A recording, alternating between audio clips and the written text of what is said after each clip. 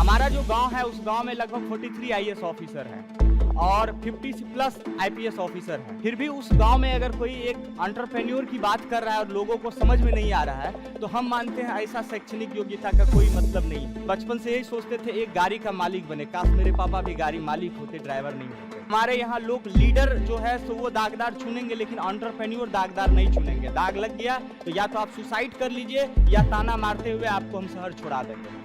हम उसी दिन तय किए।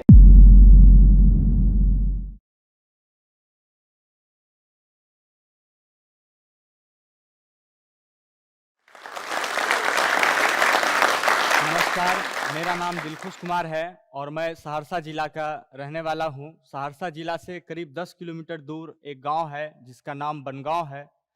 मैं वहीं से बिलोंग करता हूं। मेरे बाबूजी बस ड्राइवर थे। हम लोग का बचपन का जो शिक्षा दीक्षा हुआ था वो सरकारी स्कूल में हुआ था और इस स्थिति में हुआ था जो एक ड्रेस को एक सप्ताह पहन के जाते थे। जब हम लोग मैट्रिक किए, हम 2 भाई हैं, जब दोनों भाई मैट्रिक किए तो बाबूजी ड्राइवर थे, उनका सैलरी बहुत कम था, 3,3200 रुपये उस समय उनको सैलरी मिलता था। तो 2009 में इंटर का एग्ज़ाम किसी तरह पास कर गए। मैट्रिक मेरा 3rd डिवीज़न था, तो कहीं सोचने का मन ही नहीं बन रहा था जो कहीं जॉब के लिए अप्लाई करें। फिर किसी तरह 2nd डिवीज़न इंटर पास किए और उसके बाद हमारे शहर में एक जॉब मेला लगा। चूँकि घर का दयनीय स्थिति खराब था, लायबिलिटी बढ़ते जा रहा था और 2009 में ही हम शादी भी कर लिए थे, तो मेरे ऊपर भी लोड आ गया था। तो जब जॉब मेला में हम लोग जॉब के लिए गए तो वहाँ कुछ कंपनियाँ थी जो पटना से आई हुई थी, वो छोटे शहरों से लड़के लोग को ले जाके किसी संस्था में उसको जॉब दिया करता था। हम भी वहाँ अपना रिज्यूम जाके डाले थे, तो पटना की एक कंपनी एक स्कूल में एक चपरासी का पद खाली था। उस पद के लिए हम आवेदन किए थे और हमको इंटरव्यू के लिए पटना बुलाया गया।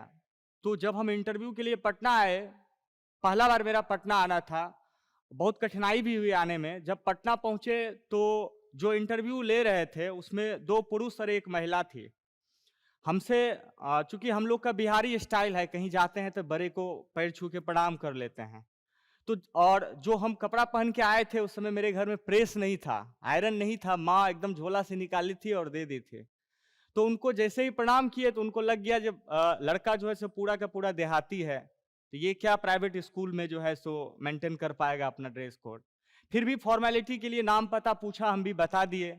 उसके बाद उनके पास एक आईफोन था और बोले इस लोगों को पहचानते हैं। तो अमूमन उस समय हम लोग नोकिया और सैमसंग, इसके अलावा कुछ भी नहीं जानते थे। और हम बोले नहीं सर, इसको तो नहीं जानते। तो उस समय वो बोले ये एप्पल है, आईफोन है और इसे एप्पल कंपनी बनाती है, आप चल जाइए और हम आपको टेलीफोन पे बता देंगे। वापस आए, बाबूजी को गए और बोले जो जॉब तो नहीं मिला, क्योंकि ये उम्मीद हो गया था जॉब नहीं मिलेगा।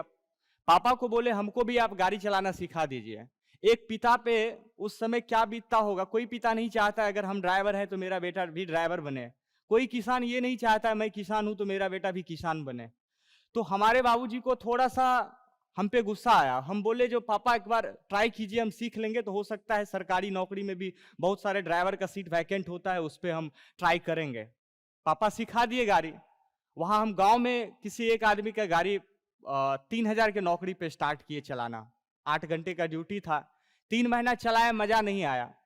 वापस जो है सो सोचे, कोई बोला जो दिल्ली चले जाओ, दिल्ली में अच्छा सैलरी है ड्राइवर का। दिल्ली गए तो वहां पता चला रूट का कोई इन्फॉर्मेशन नहीं है, तो आपको कोई गाड़ी चलाने के लिए देगा ही नहीं। अब क्या करें, वहां रूट का उस समय ना स्मार्टफोन भी नहीं था और गूगल मैप भी उस हिसाब से पॉपुलर नहीं था। तो हम क्या किए, हम गए और एक परिचित थे जो हमको ले गए थे, उनको बोले भैया कोई आइडिया बताइए जिससे दिल्ली का रास्ते के बारे में जानकारी ले। तो बोला एक काम करो, रिक्शा चला लोगे? हम बोले बिल्कुल चला लेंगे। बोला ठीक है, वो रिक्शा रखा हुआ है, 20 रुपए पर डे का देता है, तुम रिक्शा ले लो और 100-150 रुपया कमा भी लोगे और घूम घूम के तुम रास्ता का भी अनुभव कर लोगे। रेडी हो गए हम। लगभग 13 दिन उस रिक्शा को हम पूरे दिल्ली के सड़क पे घुमाए हैं। और जब 14वां दिन तबीयत खराब हुआ, चूंकि सिंगल फेफड़ा का शरीर था, उतना ताकत था नहीं, तो बीमार पड़ गए। बाबूजी से फोन पे बात हुआ, बाबूजी रोने लगे और बोले बेटा आ जाओ तुम। हम आ गए, बोले हम कमा रहे हैं, किसी तरह गुजारा कर लेंगे। वापस हम आए, घर आ गए, फिर कोई एक आदमी बोले पटना में मेरे अप्रोच है और हम वहाँ पे तुमको जॉब लगा देंगे, ड्राइविंग का ही जॉब लगा देंगे। तो पटना आए, एक सिक्योरिटी का एजेंसी था उनका, उनके यहाँ मारुति 800 पे हम ड्राइविंग शुरू किए और 6 महीने उनके साथ काम किए। अच्छा खासा वो सैलरी भी देने लगे थे, 4,000 में ज्वाइन किए थे, 6,000 सैलरी देने लगे थे, फिर भी मन नहीं मान रहा था, नहीं यहाँ नहीं रुकेंगे। उसके बाद बचपन से हमको इलेक्ट्रिकल फील्ड में ज़्यादा इंटरेस्ट था। तो उस समय वास्तु विहार अग्रणी होम्स पटना में अपना बिल्डिंग बना रही थी और खूब जहाँ देखते थे वहाँ उसी का प्रोजेक्ट पे काम हो रहा था। तो हम वो जॉब छोड़े, उनके पास गए, जो कुछ बिजली वाला काम हमको भी दे दीजिए कॉन्ट्रैक्ट बेसिस पे, हम भी उसको करेंगे। हमको वहाँ काम मिल भी गया, एक कोई तिवारी जी थे और एक बार में ही वो मेरा बात मान गए और हमको काम दे दिए। 5 साल का जर्नी मेरा रहा वास्तु विहार के साथ। अंततः पूरा पटना जोन का टोटल प्रोजेक्ट का इलेक्ट्रिकल और फायर का मेरे पास वर्क था, कॉन्ट्रैक्ट था। और जब 2015 में ये बिहार में सरकार बदली हुई, तो उस समय फिर हम लोगों को लगा बिजनेस थोड़ा सा मंदा हो गया कंस्ट्रक्शन लाइन का, तो हम लोग का पेमेंट डिले होने लगा। उसी समय 1 साल पहले हम एक कार खरीद लिए थे, क्योंकि अच्छी खासी कमाई होने लगी थी। तो पहला शौक तो यही होता है एक ड्राइवर का बेटा का, जो एक गाड़ी हो जाए अपने पास घूमने के लिए, क्योंकि बचपन से यही सोचते थे एक गाड़ी का मालिक बने। काश मेरे पापा भी गाड़ी मालिक होते, ड्राइवर नहीं होते। पहला गाड़ी खरीदे, 2015 में उसको ड्रॉप कर दिए और प्लानिंग करते करते 16 में हम फिर अपने होम टाउन मूव कर दिए। वहां से हम आर्या गो का शुरुआत किए, क्योंकि एक नई कार लेके गए थे और जिस गांव में ये चीज शुरू किए थे कॉन्सेप्ट को हम, उस समय लोग इसका हंसी मजाक उड़ाता था, भाई 10 लाख का कार है, 200-250 रुपए में भेज रहा है, ये पागल हो गया है, सठिया गया। जिस समय हम स्टार्ट किए थे, हालांकि मेट्रो सिटी में तो पहले से कैब का कॉन्सेप्ट था, लेकिन ग्रामीण क्षेत्र में लोग कैब नहीं समझ पा रहे थे। बहुत सारे लोग कैब को कैफे भी बोलते थे। लोगों को यह समझाना पड़ता था जो कैब माने टैक्सी। तो हम लोग जो फर्स्ट चैलेंज हम लोग को जो आया ऑडियंस तक पहुंचने में, अपने उपभोक्ता तक पहुंचने में, तो हम लोग जो नाम रखे थे आर्या गो कैब।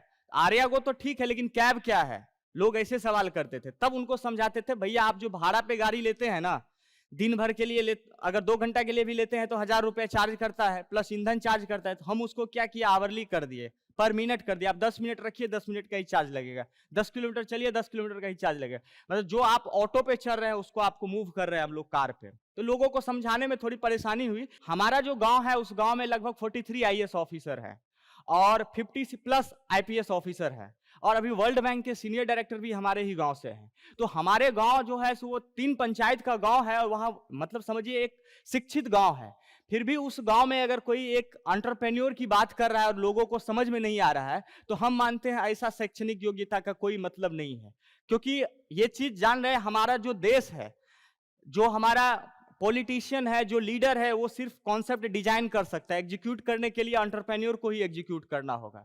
बिहार अगर बदलेगा, बिहार का जो छवि है वो बदलेगा तभी जब यहाँ पे एंटरप्रेन्योरशिप को बढ़ावा मिलेगा और अलग अलग फील्ड में इंडस्ट्री खड़ी होगी। बहुत तरह का सुनने को मिलता था समाज से ताना, फिर भी हमको लगा जो लोगों का काम है कहना, ऑडियंस जो होती है हमेशा वो आपसे वही एक्सपेक्टेशन रखेगी जो उसको पसंद है। जो उसको पसंद नहीं है वो आपसे वैसा एक्सपेक्टेशन नहीं रख सकता है। भी बिहार के बहुत सारे ऐसे गांव हैं जहां शाम में 5 बजे के बाद अगर आप सड़क पे खड़े हो जाएंगे तो शहर आने के लिए कोई आपको सवारी नहीं मिलेगा। आपको या तो कोई भाड़े की ऑटो करके आना पड़ेगा या कोई भाड़े का जो 4 व्हीलर होता है वो करके। तो हम लोग इसको क्या किए, इसको कैब बेसिस पे ला दिए, टैक्सी ला दिए, टैक्सी बना दिए, जो आप घर बैठे ही कॉल कीजिए या मोबाइल एप्लीकेशन पे बुक कीजिए, आपके डोर स्टेप तक पहुंचेगा। हमारा जो बिजनेस प्लान था इसको कंप्लीट तैयार करने में हमको लगभग 20-22 दिन लगा था, और पहला बिजनेस प्लान इंडस्ट्री डिपार्टमेंट के पास गया था जो 46 पन्ना का था और टोटल हिंदी में था। उस समय के प्रधान सचिव थे डॉक्टर एस सिद्धार्थ। उनके पास जब मेरा बिजनेस प्लान गया तो डायरेक्ट वो अपना जो उनके असिस्टेंट थे उनको बोले जो इनके साथ अपॉइंटमेंट लो, इनको अपॉइंटमेंट दे दो, हम इनसे मिलेंगे। और पर्सनली वो हमसे मिले और हमको वो बोले जो पहला बिजनेस प्लान हम देख रहे हैं इस डिपार्टमेंट में, जो पूरा हिंदी में आया है, जिसमें कहीं क्रॉस क्वेश्चन करने का कोई विकल्प आप नहीं छोड़े हैं, जो चीज आप इस पेपर पे दर्शाए है वास्तव में अगर हो जाता है तो बिहार गवर्नमेंट को राजस्व के रूप में बहुत बड़ा अमाउंट आने वाला है। हम बोले सर मौका दीजिए, करके दिखाएंगे। फाइनली हमारा स्टार्टअप में सिलेक्शन हुआ, और जो 32 स्टार्टअप का पूरा बिहार में सिलेक्शन हुआ था उसमें 32 में मेरा भी एक नाम आया था। इंडस्ट्री डिपार्टमेंट से कुछ फंड भी मिला और काम हम लोग चालू कर दिए। उस समय जब काम बहुत तेजी में होने लगा तो अब हमको टीम का जरूरत पड़ने लगा, तो हम बिहार से मूव किए दिल्ली और वहां गए और एक करोल बाग में एक कार्यक्रम कराया जो चलो चले अपना बिहार। तो वहां एमएनसी में जो लड़का लोग काम करता था, जिनके पास अच्छी खासी नॉलेज थी, एक्सपीरियंस था, उनको बोले जो आपको हम बिहार में प्लेटफॉर्म देंगे, आप अपने टैलेंट को यहाँ वेस्ट कर रहे हैं, आप आइए बिहार में उस टैलेंट को उपयोग करके वहां रोजगार सृजित करेंगे और गवर्नमेंट को भी उससे फायदा होगा, राजस्व मिलेगी। तो उसमें से 3 लोगों को हम तोड़ के लाए थे दिल्ली से। और बाद में पता चलता है बिहार में जब कोई काम करने के लिए आता है यहाँ पे सर्वाइव इसलिए नहीं कर पाता है, लोग जल्दी ही सोचते हैं हमको उड़ जाना है, बहुत समय लगता है उड़ने के लिए। उनको लगा जो यहाँ आए और उनको अपॉर्चुनिटी दिए, बना बनाया प्लेटफॉर्म दिए, फिर अपना जो उसका एक आदमी के अंदर में 2 तरह के ऊर्जा होता है, एक निगेटिव और एक पॉजिटिव। तो आदमी अब किसको निकालता है वो आदमी पे डिपेंड करता है। तो उन लोगों के अंदर से निगेटिव ऊर्जा निकलने लगा, उनको लगा जो मेरे पास डिग्री है, एक्सपीरियंस है, इसको अगर डिस्ट्रॉय कर देंगे तो ये कंपनी हम टेक ओवर कर लेंगे। वही किया, जो एक बहुत बड़ा जाल बनाया गया। हम लोग सारे लोग जो हैं सो एक मुकदमा में इन्वॉल्व हो गए। उसके बाद उस कंपनी को टेक ओवर कर लिया और 8 महीना उस कंपनी को चलाया। जब हम लोग इस मुकदमा से बाहर निकले और फिर इस कंपनी को अपने कमांड में लिए, तो जिस समय हमारी कंपनी गिरी थी तो हमारी कंपनी के पास लगभग उस समय 40 टैक्सियां रन कर रही थी और एक शहर में ही रन कर रही थी। तो जिस समय हम लोग गिरे उसके बाद दोबारा उठने का हिम्मत नहीं था, क्योंकि ना मेरे पास कैपिटल था, ना कनेक्टिविटी था, और हमारे सोसाइटी में क्या है ना, किसी पे अगर कोई आरोप भी लग जाता है ना तो उसे धिक्कारता है, लोग एक्सेप्ट नहीं करता है। हमारे यहाँ लोग लीडर जो है सो वो दागदार चुनेंगे, लेकिन एंटरप्रेन्योर दागदार नहीं चुनेंगे। दाग लग गया तो या तो आप सुसाइड कर लीजिए या ताना मारते हुए आपको हम शहर छोड़ा देंगे। हम उसी दिन तय किए जो नींद और निंदा ये दोनों चीज का त्याग करना है। तो जो हम सोते थे उस सोना को हम त्याग दिए, मात्र 2 घंटा सोते थे, और जो निंदा था जो लोगों से मेरे कानों तक पहुंचता था उसका भी हम त्याग कर चुके थे। 2019 में फिर से इस कंपनी को खड़ा किए और आज के डेट में 550 टैक्सी के साथ 700 एम्प्लॉयमेंट का हम कंपनी बनाया है। 8 जिला में सर्विस दे रहे हैं, 11.6 करोड़ की हमारी टर्नओवर है। और आने वाले समय में हम बिहार का पहला सर्विस इंडस्ट्री बनाने जा रहे हैं जो पूरे इंडिया को लीड करेंगे हम लोग। अभी तक बिहार में कोई सर्विस इंडस्ट्री नहीं है जो बिहार से निकल के इंडिया में गया है, लेकिन हम लोग नेक्स्ट मंथ बिहार से बाहर निकल के उत्तराखंड में भी पैर पसारने जा रहे हैं, झारखंड में भी पैर पसारने जा रहे हैं। तो यंगस्टर को हम लास्ट एक ही शब्द बोलेंगे, जो आपके अंदर जो क्रोध है, क्रोध सबको आता है। अगर हमको भी उस समय बहुत क्रोध आया था जब मेरे साथ षड्यंत्र चला था, लेकिन हम क्रोध का जवाब जो है, प्रतिक्रिया, उसको गाली देकर, लठ से मारकर या उसके साथ लड़ के नहीं दिए। हम क्रोध को संकल्प में परिवर्तित किए और उसी संकल्प का नतीजा है जो आज इस कंपनी को हम खड़ा कर पाए। जब हम जीरो से, मतलब एक बार नहीं 2 बार खड़ा हुए हैं।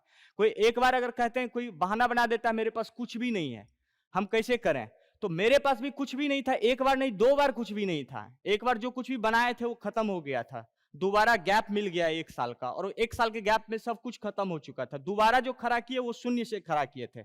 मैं कर सकता हूं तो सब कर सकता है, बस यही है दृढ़ संकल्प और पागलपंती। पागल आपको बनना होगा, क्योंकि इतिहास गवाह है जो भी आदमी कुछ चेंजेस लाया है वो पागल ही कहलाया है, और पागल ही चेंजेस लाता है। तो आपको पागल बनना होगा। आपका जो कॉन्सेप्ट है, आपका जो उद्देश्य है, आप जैसे हम लोग का क्या था, अमूमन अगर कहीं काम खोजने के लिए जाते हैं तो सैलरी के लिए काम खोजने के लिए जाते हैं, कमाने के लिए, पैसा आएगा। लेकिन हमारे लिए क्या हुआ ना, आर्यागो को हम अपने पैसा का जरिया नहीं बनाए, कमाने का जरिया नहीं बनाए, इसको हम अपना जीने का उद्देश्य बना लिए और संकल्प ले लिए जो सांस उसी दिन बंद करेंगे जिस दिन इसको एमएनसी में लिस्टिंग करेंगे।